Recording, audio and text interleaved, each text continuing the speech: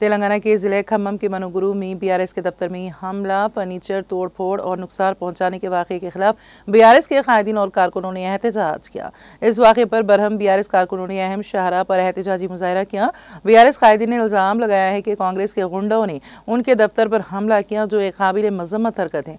उन्होंने कहा कि यह हमला उस वक्त किया गया जब साबिक़ एमएलए रेगा कांत राव शहर में मौजूद नहीं थे, जो एक बुज़दिलाना अमल है। दूसरी जानिब कांग्रेस और बीआरएस दोनों के एहतजाजी मुजाहरों से मनुगुरु में कशीदगी बढ़ गई और हालात कशीदा हो गए।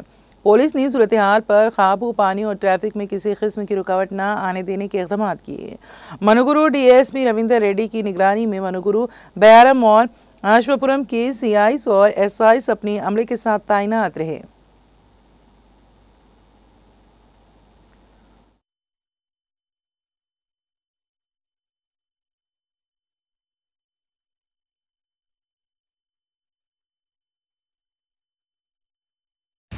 ఈరోజు ఇలా బీఆర్ఎస్ పార్టీ కార్యాలయం మనుగూరు మండల పార్టీ కార్యాలయం పైన ఇలా కాంగ్రెస్ గూండాలు, కాంగ్రెస్ పార్టీ కార్యకర్తలు మరి పట్టపగలు దౌర్జన్యం చేసి ఫర్నిచర్ ధ్వంసం చేసి ఫ్లెక్సీలు ధ్వంసం చేసి ఇలా పార్టీ కార్యాలయాన్ని ఆక్రమించుకొని పైచార్జ్ కారణం పొందుతున్నటువంటి ఈ కాంగ్రెస్ పార్టీ కార్యకర్తల వైఖరికి నిరసనగా మరి ఈ యొక్క ప్రభుత్వ వైఖరి నిరసనగా ఇలా బీఆర్ఎస్ పార్టీ ఆందోళన చేస్తూ ఉంది.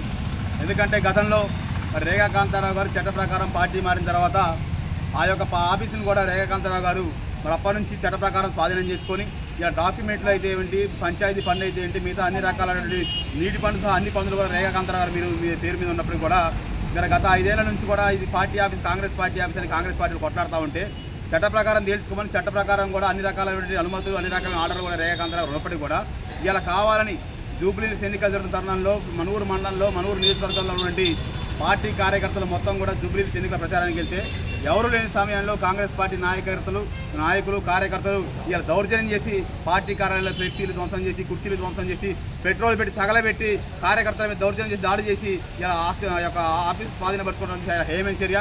ఈ ప్రజాస్వామ్యంలో ఉన్నాం. ఇలా కాంగ్రెస్ పార్టీ కొత్త రాజ్యాంగం రచిస్తే కుదరదు. ఇలా భారత రాజ్యాంగాన్ని అమలు చేయాలి. కాంగ్రెస్ పార్టీ అయినా, బీఆర్ఎస్ పార్టీ అయినా, బీజేపీ పార్టీ అయినా ఇలా కొత్త రాజ్యాంగాన్ని అమలు చేసి చట్టాన్ని గౌరవించకుండా, చట్ట పరిధిలో ఉన్న అంశాలని చట్ట ప్రకారం చూసుకోకుండా బలవంతంగా దౌర్జన్యం చేసి ఆక్రమిస్తూ ఉంటే ఇలా చూస్తూ కూడా సమాజం సిద్ధంగా లేదు. ఎందుకంటే ఈ ప్రజలే రాబోయే కాలంలో మీకు బుద్ధి చెప్తారు. తక్షణం బేషరతుగా బీఆర్ఎస్ పార్టీ గారు అప్పచెప్పాల్సిందే. ఎందుకంటే చట్ట ప్రకారం అన్ని రకాల అనుమతులు, అన్ని రకాల కాగితాలు రేగా కాంతారావు పేరు మీద ఉన్నాయి. కాబట్టి ఇది మీరు ఆలోచన చేయాలి. ఇలా దౌర్జన్యం చేసినందుకు కుదరదు.